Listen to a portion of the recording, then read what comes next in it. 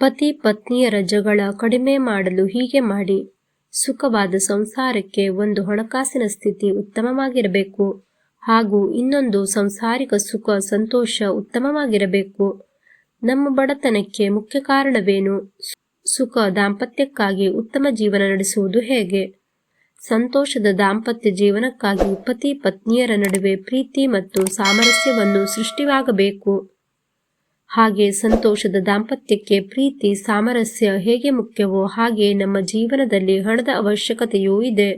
ನಾವಿಂದು ಈ ಲೇಖನದಲ್ಲಿ ಹಣದ ಸಮಸ್ಯೆಗೆ ಕಾರಣ ಮತ್ತು ದಾಂಪತ್ಯ ಜೀವನದ ಸುಖಕ್ಕೆ ಏನು ಮಾಡಬೇಕು ಎಂಬುದರ ಬಗ್ಗೆ ತಿಳಿಯೋಣ.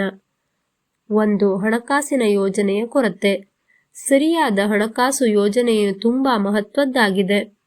ಒಬ್ಬ ವ್ಯಕ್ತಿಯು ತನ್ನ ಹಣಕಾಸನ್ನು ಯೋಜಿಸಲು ವಿಫಲನಾದರೆ ಅದು ಅತಿಯಾದ ಖರ್ಚು, ಸಾಲದ ಶೇಖರಣೆ ಮತ್ತು ಅಂತಿಮವಾಗಿ ಬಡತನಕ್ಕೆ ಕಾರಣವಾಗಬಹುದು.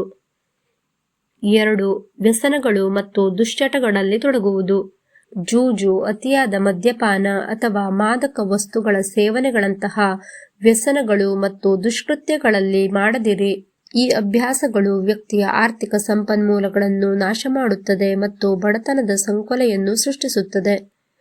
3. ಶಿಕ್ಷಣ ಮತ್ತು ಕೌಶಲ್ಯಗಳ ಕೊರತೆ. ವ್ಯಕ್ತಿಯ ಯಶಸ್ಸಿನಲ್ಲಿ ಶಿಕ್ಷಣ ಮತ್ತು ಕೌಶಲ್ಯಗಳು ಪ್ರಮುಖ ಪಾತ್ರ ವಹಿಸುತ್ತದೆ. ಸರಿಯಾದ ಜ್ಞಾನ ಅಥವಾ ಕೌಶಲ್ಯವಿಲ್ಲದೆ ಆ ವ್ಯಕ್ತಿಯು ಉತ್ತಮ ಸಂಬಳದ ಉದ್ಯೋಗಗಳನ್ನು ಅಥವಾ ಪ್ರಗತಿಗೆ ಅವಕಾಶಗಳನ್ನು ಹುಡುಕಲು ಕಷ್ಟಪಡಬೇಕಾಗಿಲ್ಲ. ಅವರ ದುರ್ಬಲತೆಯೇ ಬಡತನಕ್ಕೆ ಕಾರಣವಾಗುತ್ತದೆ. 4. ತಾಳ್ಮೆ ಮತ್ತು ಕ್ಷಮೆ. ಯಾವುದೇ ಸಂಬಂಧವು ಸುಗಮವಾಗಿ ನಡೆಯಲು ತಾಳ್ಮೆ ಮತ್ತು ಕ್ಷಮೆ ಅಗತ್ಯ. ನಿಮ್ಮ ಸಂಗಾತಿಯ ಕಷ್ಟಗಳನ್ನು ಮತ್ತು ನ್ಯೂನತೆಯನ್ನು ಅರ್ಥ ಮಾಡಿಕೊಳ್ಳುವಲ್ಲಿ ತಾಳ್ಮೆಯಿಂದಿರಿ. ನಿಮ್ಮ ಮದುವೆಗೆ ಬಲವಾದ ಅಡಿಪಾಯವನ್ನು ನಿರ್ಮಿಸಲು ನಿಮ್ಮ ಸಂಗಾತಿಯು ಹಿಂದೆ ಮಾಡಿದ ತಪ್ಪುಗಳನ್ನು ಮತ್ತು ತಪ್ಪು ಗ್ರಹಿಕೆಗಳನ್ನು ಕ್ಷಮಿಸಲು ಮತ್ತು ಬಿಡಲು ಕಲಿಯಿರಿ. 5. ಆದಾಯದ ಸರಿಯಾದ ನಿರ್ವಹಣೆ. ಒಬ್ಬರ ಆದಾಯದ ಅಸಮರ್ಪಕ ನಿರ್ವಹಣೆಯು ಬಡತನಕ್ಕೆ ಪ್ರಮುಖ ಕಾರಣವಾಗಿದೆ.